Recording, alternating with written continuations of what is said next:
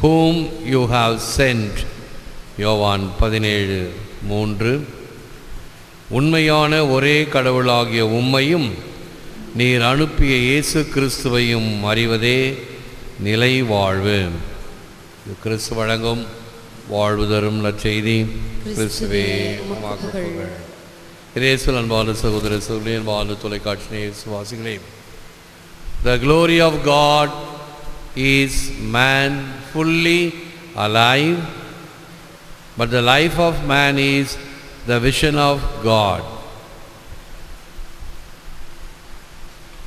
இறை மகிமை மனிதன் முழுவதும் உயிருடன் இருத்தல். ஆனால் மனித வாழ்வு இறைவனை காணுதலாகும். இறை மகிமை மனிதன் முழுவதும் உயிருடன் இருத்தல்.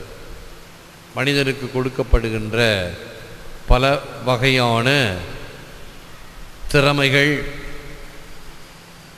பொட்டென்ஷியாலிட்டிஸ் அண்ட் கேப்பபிலிட்டிஸ் என்று சொல்லக்கூடிய அவனுள் இருக்கக்கூடியவைகள் அனைத்தும்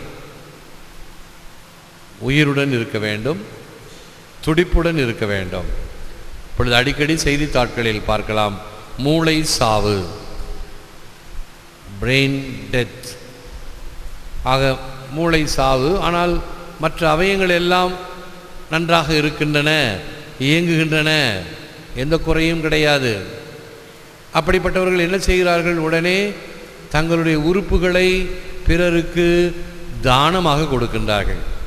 இதயமோ அல்லது சிறுநீரகமோ அல்லது கல்லீரலோ, எவைகள் எல்லாம், கண்களோ, இப்படி எவைகள் எல்லாம் பிறருக்கு கொடுக்கப்பட்டு அது பயன் தருமோ அதனால் பெற்றவர்கள் வாழ்கிறார்கள், இவருடைய உயிரை பெறுகிறார்கள்.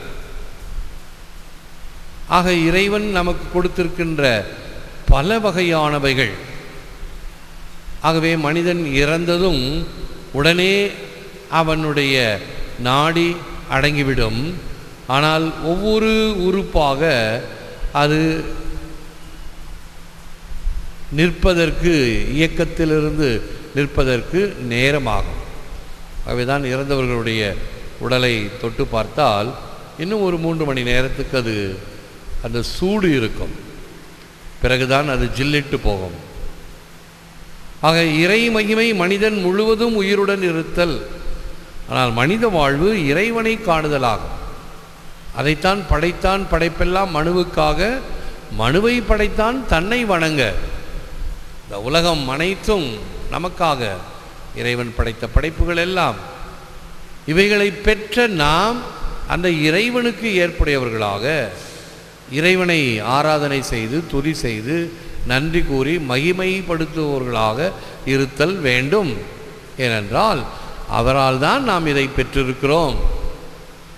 அவரின்றி அணுவும் அசையாது என்பதும் நமக்கு தெரியும். Life becomes real life only when it receives its form from looking toward God. Pope Benedict XVI, the spirit of the liturgy என்ற சுற்றுமடலில் அவர் கூறுகின்ற வார்த்தைகள், மனித வாழ்வு கடவுளை நோக்கியே இருந்து தன் உருவத்தை பெருகையில்தான் மெய்யான வாழ்வாகிறது. இன்றைக்கு காலையில், விடியற் காலையில் நான் கம்ப்யூட்டரை திறந்து மக்களுடைய கடிதங்கள், திருப்பலி கருத்துக்கள், செபத்தேவைகள் அனுப்பியிருப்பார்கள். இரவு நேரத்தில் உலகத்தின் பல இடங்களிலிருந்து ஒரு படம் ஒன்று ஒரு நண்பர் ஃபேஸ்புக்கில் அனுப்பியிருந்தார். வயிற்றில் இருக்கக்கூடிய சிசுவானது கை தட்டுகிறது. அது அப்படியே வீடியோ எடுத்து அனுப்பியிருக்கிறாங்க. உள்ளே இருக்கிற சிசுவானது நன்றாக கைத்தட்டுகிறதை பார்க்கிறோம். தாய் செபித்து கொண்டு பாடிக்கொண்டு இருக்கிற நேரத்தில் சிசுவானது கூட கைத்தட்டுகிறது வயிற்றினுள்ளே. என்ன ஆச்சரியம்! ஏற்கனவே நான் ஒரு அனுபவத்தை சொல்லியிருக்கிறேன். ஒரு முறை என்னை பார்ப்பதற்கு என்னிடம் வேலை செய்த ஒரு பெண் திருமணமாகி அது சென்னைக்கு சென்று விட்டு மறுபடியும் தாய் வீட்டிற்கு பாண்டிச்சேரிக்கு வந்த பொழுது குழந்தையை தூக்கி கொண்டு என்னை பார்க்க வந்தது. குழந்தைக்கு ஆசீர்வதியுங்கள் என்று சொல்லி நான் குழந்தையை பார்க்கும் பொழுது குழந்தை என்னை பார்த்து அழகாக புன்முறுவல் பூக்கிறது, சிரிக்கிறது. நான் அம்மா கிட்ட கேட்டேன், என்னம்மா வழக்கமாக குழந்தைங்க பயப்படும், அம்மாவை கட்டி பிடிச்சிக்கும், இந்த குழந்தை அழகாக சிரிக்குதே, உன் குழந்தை பயப்படலையே?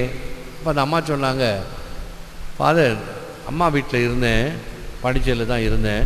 இந்த குழந்தை பிறப்பதற்கு முன்னால் 3 மாதங்கள் தினமும் உங்களுடைய திருப்பலியை நான் டிவியிலே பார்த்தேன். டிவியிலே அந்த குரல் வயிற்றில் இருக்கும்போதே என் குழந்தை கேட்டிருக்கும் அல்லவா? ஆகவே இந்த குரல் பரிச்சயமான குரல் என்று தெரிகிறதோ என்னவோ, குழந்தை உங்களை பார்த்து பயப்படவில்லை.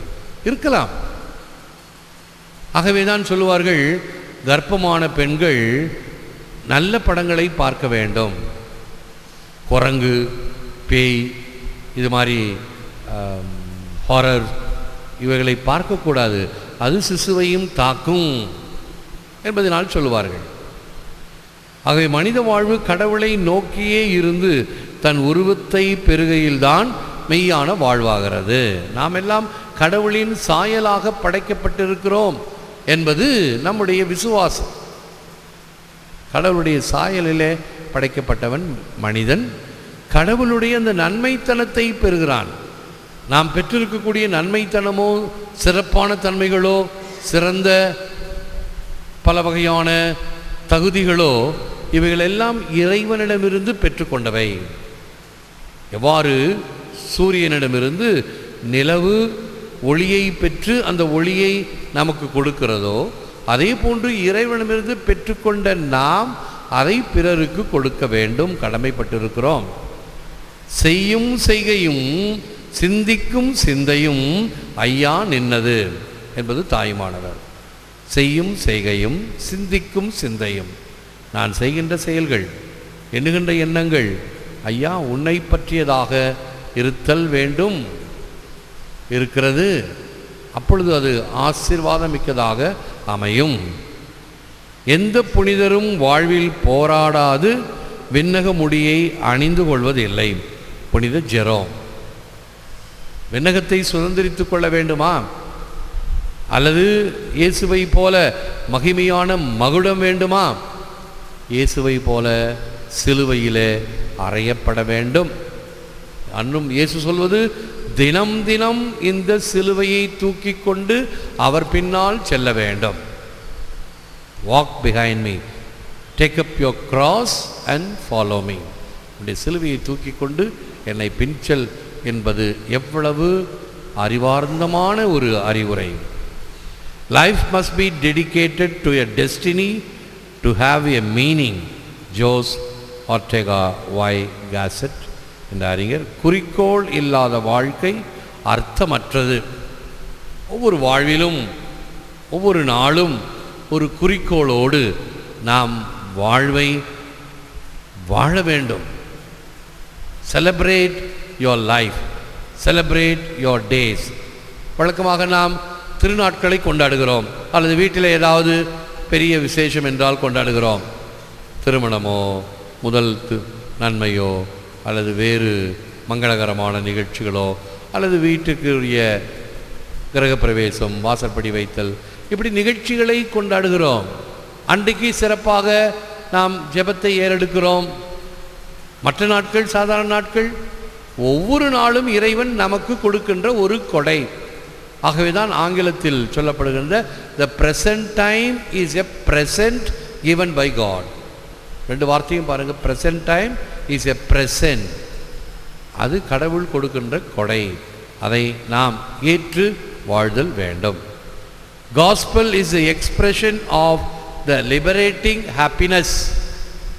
நற்செய்தி என்பது நம்மை பிடித்திருக்கக்கூடிய தலைகளிலிருந்து நம்மை விடுதலை செய்வது, விடுதலையாக்கும் மகிழ்ச்சியின் வெளிப்பாடே நற்செய்தி.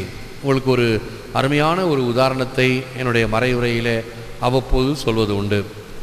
தாய்லாந்து போன்ற நாடுகளில், அதற்கு அருகே இருக்கக்கூடிய நாடுகளில் குரங்கு குட்டிகளை பிடித்து வளர்ப்பார்கள்.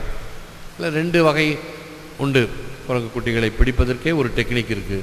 என்ன செய்வாங்க, அந்த தேங்காயை அறுத்து அந்த மேல் பகுதியை மட்டும் வெட்டி விட்டு வைப்பார்கள். குரங்கு கை போகிற மாதிரி. அந்த குரங்கு என்ன செய்யும், அந்த கையை உள்ளே விட்டு தேங்காய் எடுக்கிறதுக்கு உள்ள முயற்சி செய்யும்போது துரத்துவார்கள்.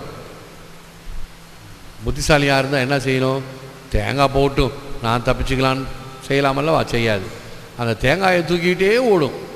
கையை எடுத்துகிட்டு போகணும்னு தெரியாது. எவ்வளோ தூரம் ஓட முடியும், கொஞ்சம் தூரம் போனோன்னு மாட்டிக்கும். இப்படி குரங்கு பிடித்தல். பிடித்த பிறகு குரங்கைகள் எல்லாம் வளர்ப்பார்கள், அதை விலைக்கு விற்பார்கள். எப்படி இந்த லவ் பேர்ட்ஸ் இதெல்லாம் பெட்ஸ் விற்கப்படுகிறதோ அங்கு விற்பார்கள். அப்படி ஒருவன் ஒரு சிறிய குரங்கு குட்டியை வாங்கி வளர்க்கிறான். அடிக்கடி இந்த குரங்கு குட்டி தன்னுடைய இடுப்பை வேதனையோடு சொரிந்து கொள்ளும். அது சொரிந்து கொள்ளும் பொழுது முகத்திலே அவ்வளவு வேதனை தெரிகிறது. பார்த்தான், ஏதோ அதனுடைய இடுப்பில் காயம் ஏதாவது இருக்கிறதா என்று பார்க்கும் பொழுது இடுப்பை சுற்றி ஒரு மெல்லிய கம்பியானது இறுகி போயிருந்தது. அது சின்ன குட்டியாக இருக்கும்போது அந்த இடுப்பில் ஒரு கம்பியை கட்டி போட்டிருப்பாம்ல. அந்த குரங்கு வளர வளர இந்த கம்பியானது அதனுடைய இடுப்பிலே இறுகிவிட்டது, எம்பெடட். ஆகவே மிகுந்த கரிசனத்தோடு ஒரு கட்டிங் பிளேயரை எடுத்து மெதுவாக அந்த இறுகி போன கம்பியை வெட்டி எடுக்கிறான். அந்த வெட்டி எடுத்தவுடன் அந்த இறுக்கத்திலிருந்து வெளியானதும் அதனுடைய மகிழ்ச்சி அவனை அப்படியே கட்டி பிடித்து கொண்டதான். இந்த குட்டி குரங்கு விடுதலையாக்கும் மகிழ்ச்சியின் வெளிப்பாடே நற்செய்தி. அதுதான் நற்செய்தி. எவைகள் எல்லாம் நம்மை கட்டி போட்டு இருக்கின்றனவோ, அது பாவத்தலைகளோ அல்லது கடன் தொல்லையோ அல்லது பல வகையான ப்ரெஷர்ஸ், வாழ்க்கையில் ஏற்படக்கூடிய பல வகையான சோர்வு மனப்பான்மைகள், விரக்தியின் உச்சக்கட்டம், இவைகளில் இருந்து விடுதலையாக்குவது தான் நற்செய்தி. செபிப்போம். Prayer of Francis de Sales. Lord, the only thing I crave is unity with you. You are all my soul needs. Unite, dear friend of my heart, this unique little soul of mine to your perfect goodness. You are all mine. When shall I be yours? Make me one with you. Absorb this tiny drop of life into the ocean of goodness whence it came. ஆண்டவரே, உம்மை அடைவதே எனக்குள்ள ஒரே ஏக்கம். என் ஆன்மாவின் அனைத்து தேவையும் நீ. சின்னம் சிறிய என் ஆன்மாவை உம் மகத்துவமிக்க நன்மைத்தனத்தில் உம்மோடு சேர்த்து கொள்ளும் என் இதய நண்பரே. எனக்கெல்லாம் நீரே. எப்போது உமக்கு உகந்தவராவேன். பேரின்ப கடலே, உம்மை நோக்கி வரும் சிறு துளி என்னை உம்மோடு சேர்த்து கொள்ளும். ஏற்று வரமருளும் இறைவா காக்கும் கரங்களினால். ஆமென், ஆமென்.